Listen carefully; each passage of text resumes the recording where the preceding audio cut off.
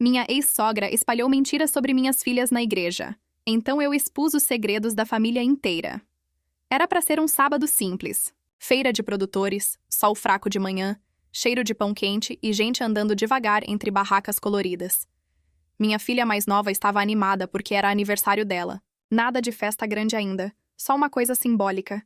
Eu dei um dinheiro para ela e deixei que andasse pela feira sozinha pela primeira vez. Um pequeno gesto de confiança, um pouco de liberdade. Ela saiu sorrindo. 1 hora depois, meu celular tocou. Não era mensagem, era ligação. E ela estava chorando. Mas não era choro de adolescente frustrada. Era aquele choro quebrado, sem ar, que faz qualquer mãe gelar por dentro. Ela tentou falar e só conseguiu sussurrar. Mãe, tem umas mulheres aqui. Elas não param. Eu não pensei. Só corri. Quando virei o corredor das barracas, eu vi a cena. Minha filha encostada numa barraca de legumes, olhos vermelhos, mãos tremendo, e 6 mulheres em volta dela. Todas mais velhas. Bem arrumadas. Postura rígida. E aquele ar que eu reconheci na mesma hora. Mulheres da igreja da minha ex-sogra. Elas não estavam conversando, estavam julgando. Uma apontava o dedo, outra falava alto. Uma terceira segurava o braço da minha filha como se estivesse repreendendo uma criança. E as palavras... Eu nunca vou esquecer. Você devia ter vergonha. Se fosse uma boa cristã, não tratava seus avós assim. Seus irmãos estão sozinhos no mundo por sua culpa. Irmãos. Elas estavam falando dos filhos da amante do meu ex-marido. Minha filha só repetia baixinho. Eu não fiz nada. Eu não fiz nada. Eu entrei no meio delas sem pedir licença. Empurrei quem estava na frente.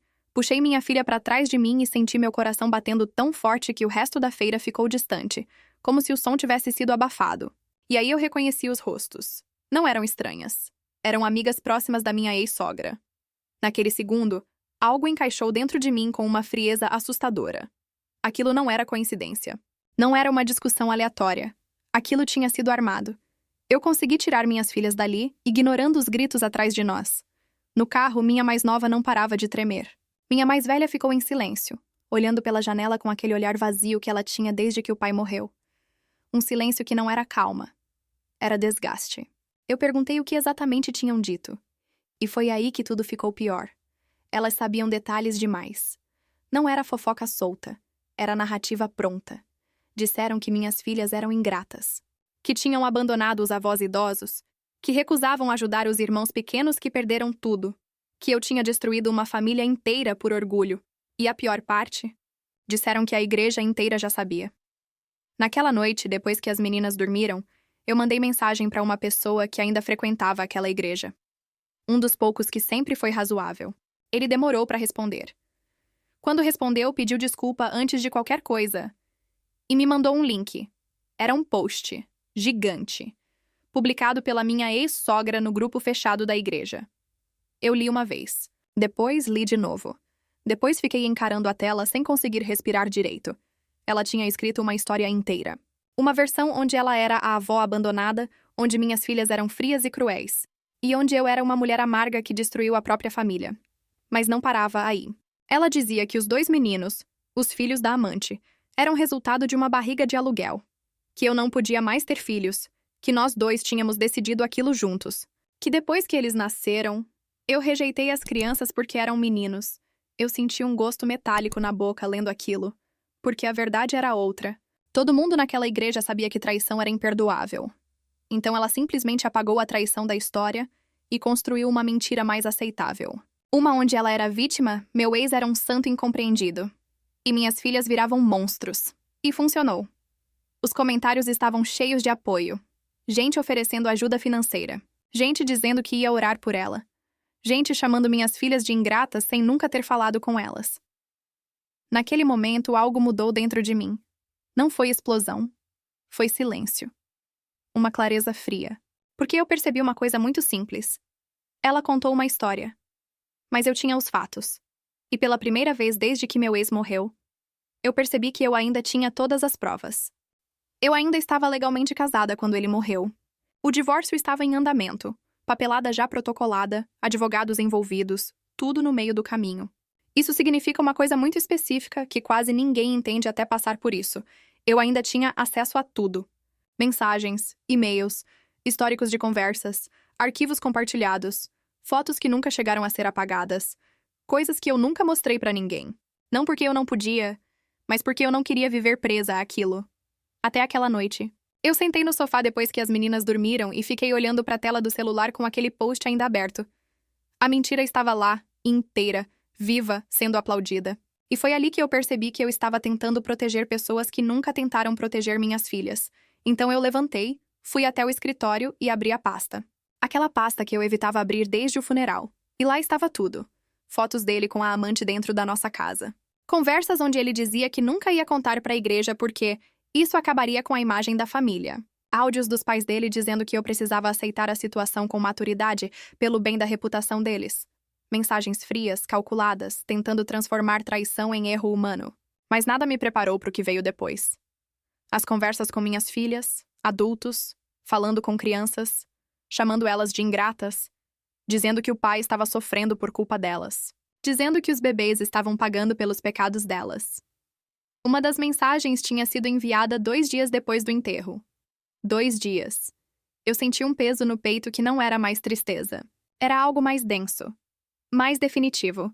Uma linha sendo cruzada dentro de mim. Porque até ali, eu ainda acreditava que silêncio era dignidade. Naquela noite, eu entendi que silêncio também pode ser cumplicidade. Eu fechei os olhos por alguns segundos e quando abri, a decisão já estava tomada. Se ela queria usar a igreja como palco, então a verdade ia subir no mesmo palco. Mas não como briga. Não como barraco. Não como discussão em rede social. Eu não queria gritar. Eu queria mostrar. Sem edição. Sem narrativa. Sem emoção. Só fatos. No dia seguinte, eu fui até uma gráfica. Pedi impressões em papel de alta qualidade. Nada de folha comum. Eu queria nitidez. Clareza. Coisas que ninguém pudesse descartar como montagem ou exagero. Escolhi ordem. Primeiro as fotos. Depois as conversas. Depois as mensagens para as minhas filhas. Tudo organizado como uma linha do tempo impossível de distorcer. Mas enquanto eu organizava aquilo, uma ideia começou a tomar forma. Não bastava ter provas. Elas precisavam ser vistas. E eu sabia exatamente onde. Na igreja deles, existe uma mesa logo na entrada com livretos de cânticos. Aqueles que as pessoas pegam automaticamente antes do culto começar. Todos iguais. Mesma capa. Mesmo tamanho. Ninguém confere, porque ninguém imagina que exista motivo para conferir. Então eu voltei na gráfica. Pedi capas idênticas. Passei horas montando cada livreto à mão. Um por um. Com uma calma que até me assustou. Não tinha raiva naquele momento. Só precisão. Por fora, pareciam comuns. Por dentro, eram dinamite em forma de papel. A primeira página tinha uma foto.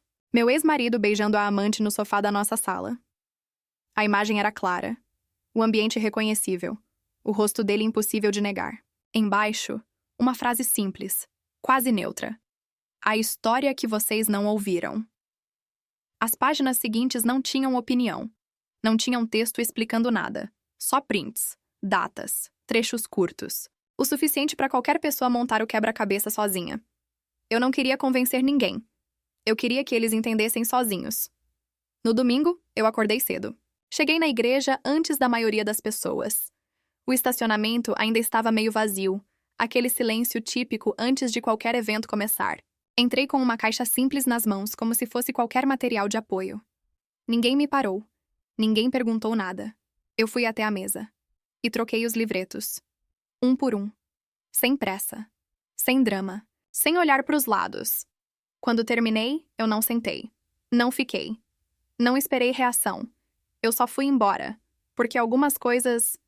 Você não precisa assistir acontecendo. Você só precisa saber que vão acontecer. O que eu soube depois veio em fragmentos. Primeiro, silêncio. Depois, cochichos. Gente abrindo os livretos e fechando rápido. Gente abrindo de novo para conferir se tinha visto direito. Gente olhando para os lados tentando entender se mais alguém tinha percebido. E então, a onda. Discussões no corredor. Pessoas saindo da igreja com o livreto na mão. Conversas atravessadas no estacionamento. O tipo de caos que não tem grito, mas tem peso. O pastor tentou conter, pedir calma, falar de contexto. Mas contexto não apaga a imagem. Não apaga a data. Não apaga a mensagem enviada para uma criança 2 dias depois do enterro do pai. E dessa vez, Não era uma história sendo contada. Eram provas sendo lidas. A mesma igreja que tinha abraçado minha ex-sogra começou a se dividir em questão de horas. Os posts no grupo começaram a desaparecer. Comentários sumiram. Pessoas que tinham me julgado começaram a mandar mensagens privadas. Algumas pedindo desculpa. Outras só dizendo que não sabiam. Minhas filhas receberam cartas. 2 chegaram pelo correio, escritas à mão. Gente dizendo que tinha acreditado na versão errada. Gente dizendo que sentia muito. Não apagou o que aconteceu. Mas pelo menos parou a mentira. E minha ex-sogra? Ela não me procurou, não ligou, não escreveu. Mas alguns dias depois, eu vi um último post público dela. Falando sobre abandono, sobre como ninguém mais respeitava os mais velhos, sobre como o mundo tinha ficado frio, sobre como ela se sentia sozinha. Ela não mencionou meu nome, mas também não contou nenhuma nova história. E foi ali que eu percebi algo estranho. Eu não senti vitória, não senti euforia, nem vingança, só silêncio. Um silêncio diferente daquele de antes. Porque antes era o silêncio de quem apanha quieto. Dessa vez, era o silêncio de quem não tem mais nada para provar. Eu não destruí a reputação dela. Eu só parei de proteger as mentiras que estavam destruindo minhas filhas.